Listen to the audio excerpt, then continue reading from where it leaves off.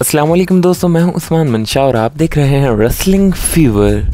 दोस्तों, royal rumble match में fans का इंटरेस्ट ज्यादा होने की एक वजह ये भी है कि ये आम मैचेस की तरह प्रिडिक्टेबल नहीं होता। इसमें बहुत से सरप्राइजेस हमें देखने को मिलते हैं और बहुत सी स्पेशल एंट्रीज होती हैं। तो आज की इस वीडियो में मैं आपको आने वाले रॉयल रंबल मैच के लिए 7 रूमर्ड सरप्राइज एंट्रीज के बारे में बताऊंगा जो कि हम एक्सपेक्ट कर सकते हैं रॉयल रंबल 2024 में। तो बिना देर किए let's get to the list.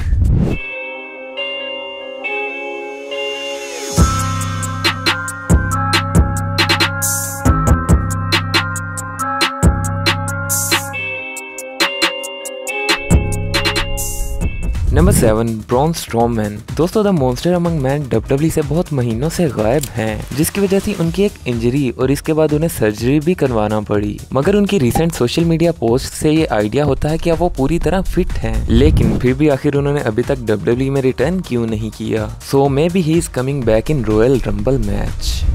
Number 6, Brock Lesnar. दोस्तों, समर स्लैम 2023 में कोडी रोड्स से हारने के बाद ब्रॉक लेसनर हमें WWE में दिखाई नहीं दिए, मगर स्टिल वो WWE के साथ कॉन्ट्रैक्ट में हैं और रेसलमेनिया 40 के लिए ऑलमोस्ट कंफर्म हैं। रेसलमेनिया में उनका मैच एक्सपेक्टेड है गुंथर के साथ और इनकी फ्यूड की शुरुआत हमें रॉयल रंबल में देखने को मिल सकती है। सो बहुत ज्यादा चांसेस हैं कि द बीस्ट इनकार्नेट इस साल के रॉयल रंबल में हमें देखने को मिले।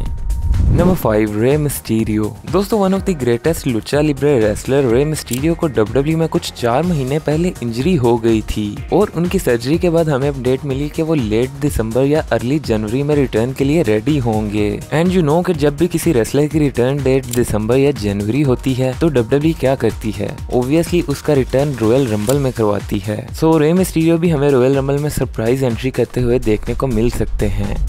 नंबर 4, अ कमेंटेटर। दोस्तों, WWE रॉयल रंबल में सरप्राइज एंट्री करवाने के लिए कई बार ऐसा भी करती है कि एक कमेंटेटर जो कि पहले रेसलर रह चुका है उसका थीम सॉन्ग प्ले करती है और वो कमेंट्री छोड़कर रॉयल रंबल में एंट्री करता है। सो हम इस बार भी ऐसा ही एक्सपेक्ट कर सकते हैं क्योंकि कमेंट्री सेट में हमारे पास दो रेसलर्स हैं। एक है वेड बैरेट और दूसरे कोरी ग्रेव्स। कोरी ग्रेव ने रिसेंटली बताया था कि वो जिस इंजरी की वजह से इन रिंग परफॉर्मेंस से आउट हुए थे वो उससे पूरी तरह क्लियर हो चुके हैं और अगर उन्हें कभी मौका मिलता है तो वो पार्ट टाइम रेसलिंग भी जरूर करना चाहेंगे। और वहीं वेड बैरेट का कहना है कि इवन के वो WWE में इस वक्त कमेंटेटर हैं लेकिन अभी तक उन्होंने अपनी फिजिकल ट्रेनिंग नहीं छोड़ी है। So this could be another surprise entry in the royal rumble match. Number 3, Andrade. दोस्तों, एंड्राडे फॉर्मर WWE रेसलर थे जो कि WWE से रिलीज होने के बाद AEW में चले गए थे, लेकिन रिसेंटली हमें ये बड़ी खबर जानने को मिली है कि वो अब AEW के साथ भी काम नहीं कर रहे और AEW को छोड़ चुके हैं। सो हाईली पॉसिबल है कि वो फिर से कोडी रोड्स और CM पंक की तरह WWE में आ जाएं। सो अगर वो रिटर्न करने वाले हैं तो उनके रिटर्न के लिए डेफिनेटली रॉयल रंबल से अच्छा टाइम नहीं होने वाला।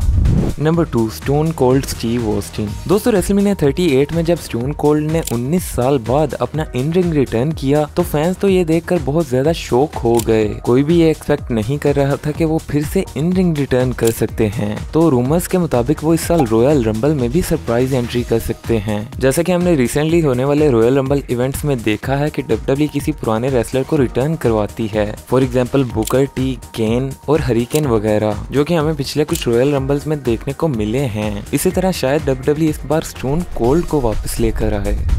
Number 1, the rock. Even though the Rock इस वक्त WWE की हेडलाइंस में और प्लान्स में मौजूद हैं, लेकिन फिर भी अगर वो रॉयल रंबल में एंट्री करते हैं तो ये एक डेफिनेटली सरप्राइज एंट्री होने वाली है। And I can tell you कि अगर द रॉक इस रॉयल रंबल में एंट्री कर लेते हैं तो फिर तो बाकियों के जीतने के चांसेस एंड हो जाएंगे।